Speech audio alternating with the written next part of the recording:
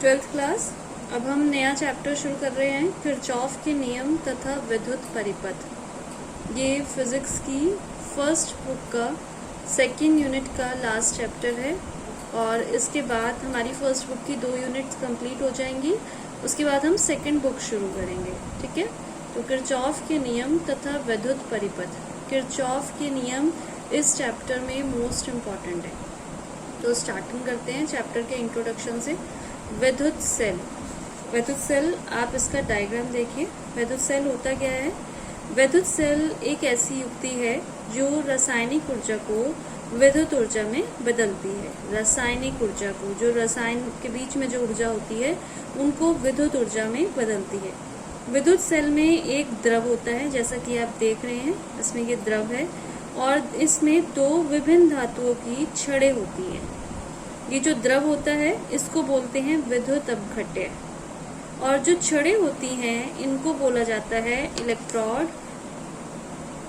अब ये जो विद्युत अपघट्य होता है इसमें एक ही प्रॉपर्टी होती है कि जैसे ही दोनों छड़ों को हम विद्युत अपघट्य के अंदर रखते हैं तो एक छड़ पर पॉजिटिव चार्ज आ जाता है और दूसरी छड़ पर नेगेटिव चार्ज आ जाता है।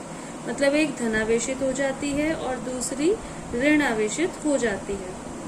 जो धन आवेशित होती है उस इलेक्ट्रोड को हम बोलते हैं एनोड और जो ऋणावेशित होती है उसको बोलते हैं कैथोड। एनोड पॉजिटिव वाली और कैथोड नेगेटिव वाली।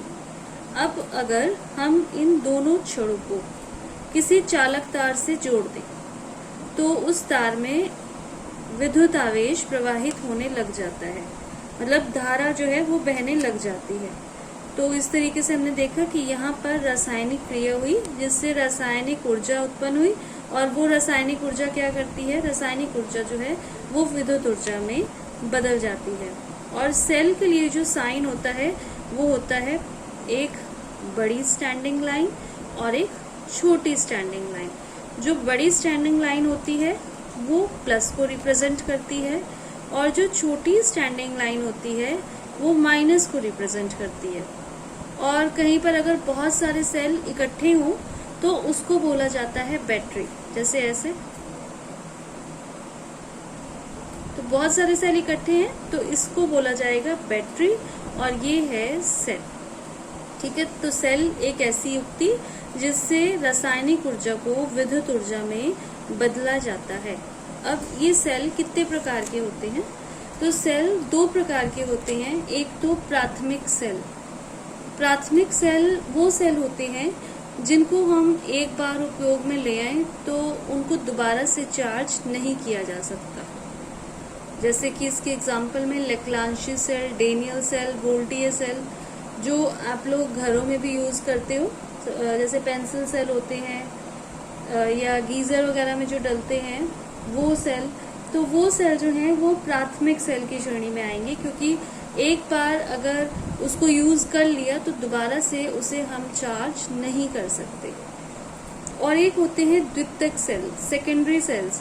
तो प्राथमिक सेलों में जो क्रियाएं होती हैं वो अनुत्क्रमणीय होती हैं, मतलब जो उनके अंदर पदार्थ हैं जो वो हैं धीरे धीरे खत्म होते जाते हैं। और ये जो द्वितीयक सेल होते हैं इनके अंदर जो क्रियाएं होती हैं, रासायनिक क्रियाएं होती हैं, वो उत्क्रमणीय होती हैं, रिवर्सिबल होती हैं। तो इनको कहा जाता है द्वितीयक या फिर संचायक सेल। अगर इनकी जो है इनको आवेशित किया जा सकता है, मतलब उपयोग में लाने के बाद इसको हम क्या कर सकते हैं? पहले जैसे यूज कर लिया फिर खत्म हो गई इनकी चार्जिंग, तो हम क्या करते हैं कि कोई बाह्य विद्युत स्रोत से धारा भेजकर इनको दोबारा से आवेशित कर लेते हैं। तो ये क्या करते हैं कि जो विद्युत ऊर्जा होती है जिससे बाहर से हमने जैसे चार्जिंग पे लगा दिया तो विद्युत ऊर्जा इनको मिली, उस विद्युत ऊर्जा को ये अपने अंदर रासायनिक ऊर्जा के रूप में संचित कर लेते हैं। तो इसीलिए इनको संचायक सेल भी कहा जाता है। तो 2 तरह के सेल, एक प्राथमिक सेल और एक द्वितीयक सेल। प्राथमिक सेल वो जिनको हम एक बार उपयोग में ले आए तो उसको बाद में आवेशित नहीं किया जा सकता, चार्ज नहीं किया जा सकता। और एक द्वितीयक सेल जिनको हम चार्ज कर सकते हैं, मतलब जब वो पूरे यूज हो गए तो उनको किसी बाहरी स्रोत से चार्जर से कनेक्ट करके हम विद्युत धारा भेजते हैं, तो वो विद्युत धारा जो है, विद्युत ऊर्जा जो है, वो सेल के अंदर रासायनिक ऊर्जा के रूप में संचित हो जाती है, इसलिए इन्हें संचायक सेल कहा जाता है। अब नेक्स्ट टॉपिक है सेल का विद्युत वाहक बल। सेल का विद्युत वाहक बल। तो विद्युत वाहक बल क्या होता है? एकांक आवेश को पूरे परिपथ में प्रवाहित करने में जो सेल द्वारा दी गई ऊर्जा होती है, उसको हम कहते हैं विद्युत वाहक बल। जब हम जो सेल है, सेल के भीतर जो धनावेश है, जो पॉजिटिव चार्ज है, वो निम्न विभव से उच्च विभव की ओर जाएगा, तो सेल द्वारा उसमें कुछ कार्य किया जाएगा। तो वही कार्य जो है, एकांक आवेश के लिए जो किया गया कार्य है, वो क्या कहलाता है? विद्युत वाहक बल। और इसका नाम जैसे कि आप देख रहे हैं इलेक्ट्रोमोटिव फोर्स। तो इसलिए जो विद्युत वाहक बल है, इसको रिप्रेजेंट किया जाता है ई से, या कहीं कहीं पर ईएमएफ से भी रिप्रेजेंट किया जाता है। ईएमएफ मतलब इलेक्ट्रोमोटिव फोर्स। ये इलेक्ट्रोमैग्नेटिक फोर्स नहीं है, इलेक्ट्रोमोटिव फोर्स है ये। ठीक है, तो इलेक्ट्रोमोटिव फोर्स जो है वो होता है W/Q। E = W/Q। W का मात्रक जूल और Q का मात्रक कूलाम, जूल प्रति कूलाम, या फिर वोल्ट भी कहा जाता है। तो एक सेल के लिए जो विद्युत वाहक बल होता है वो कांस्टेंट होता है, और अलग अलग सेल की जो प्रकृति होती है, तो उनका विद्युत वाहक बल भी अलग अलग होता है। नेक्स्ट टॉपिक है सेल टर्मिनल विभवांतर। अब ये टर्मिनल विभवांतर क्या होता है? जब हम एकांक आवेश को एक टर्मिनल से दूसरे टर्मिनल तक बाह्य परिपथ में प्रवाहित करते हैं, तो उस टाइम जो आवश्यक ऊर्जा है वो क्या कहलाएगी? टर्मिनल विभवांतर। जैसे Q आवेश को प्रवाहित कराने के लिए सेल द्वारा दी गई ऊर्जा W हो, तो टर्मिनल विभवांतर जो है, इसको लिखा जाता है V टर्मिनल = W/Q वोल्ट। और अगर जो परिपथ है उसमें प्रतिरोध R हो, तो आपने ओम का नियम पढ़ा है, V = IR होता है। तो यहाँ पर V टर्मिनल को हम किसके बराबर लिख सकते हैं? IR। तो W/Q = IR। अब एक नई टर्म जो है इस चैप्टर में आपने पढ़नी है, सेल का आंतरिक प्रतिरोध।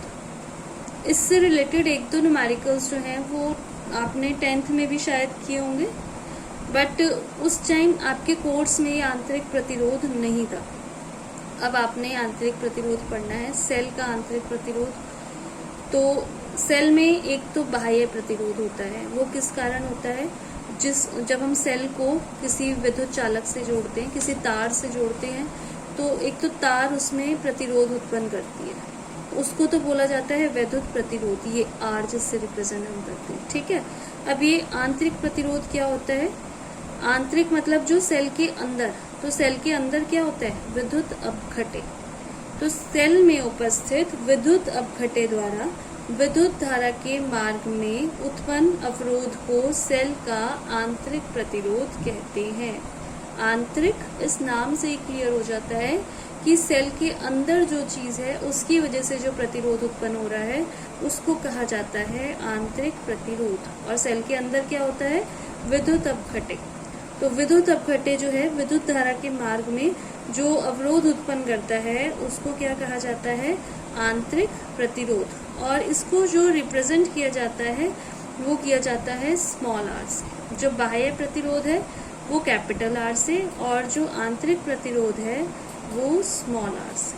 ठीक है, अब ये जो सेल का आंतरिक प्रतिरोध है ये किस किस चीज पर डिपेंड करता है?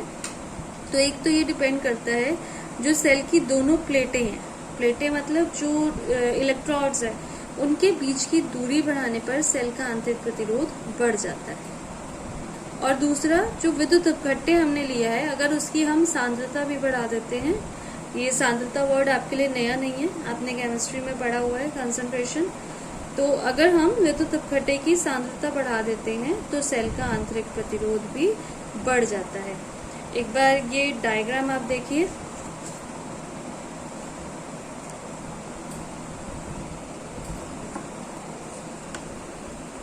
इस डायग्राम को देखिए, तो इस डायग्राम में यहाँ सेल के साथ एक ये प्रतिरोध दिखाया हुआ है। ये जो प्रतिरोध है ये प्रतिरोध है आंतरिक प्रतिरोध, जो सेल के भीतरी भाग की वजह से होता है, और जो तार की वजह से है वो ये है आर, बाह्य प्रतिरोध। तो जो धारा होती है, धारा क्या होगी, ई, धारा is equal to I is equal to V upon R होता है। यहाँ पर हम बात करते हैं इलेक्ट्रोमोटिव फोर्स की, विद्युत वाहक बल की, तो I is equal to E upon R plus r, जहाँ पर आर बाह्य प्रतिरोध है और स्मॉल आर जो है वो आंतरिक प्रतिरोध है। मतलब ये होता है कुल प्रतिरोध। तो अगर परिपथ में एक से अधिक सेल हों तो जो विद्युत धारा का मान होगा वो नेट विद्युत वाहक बल और जो परिपथ में जो कुल प्रतिरोध है उन दोनों के अनुपात से प्राप्त होता है।